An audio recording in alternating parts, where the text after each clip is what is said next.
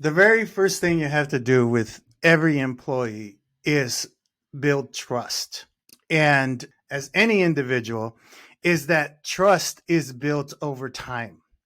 You have to demonstrate that you're not going to hold things against them. And that demonstration buys you the capability to move on to the next step. And that next step is really to establish the rules of engagement with you. Are they approaching you as a coach or are they approaching you as a manager?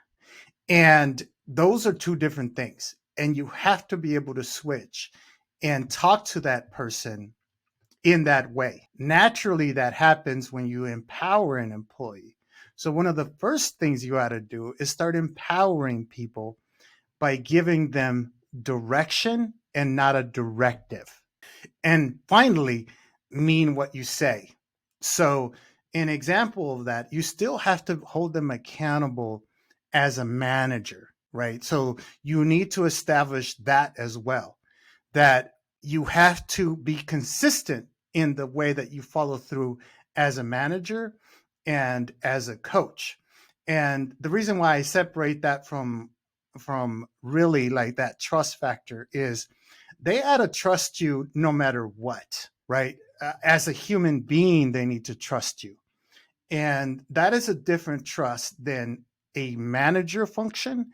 And that is a different trust than a coaching function, right? That's why I separate the two in the meaning what you say and following through in step number 3.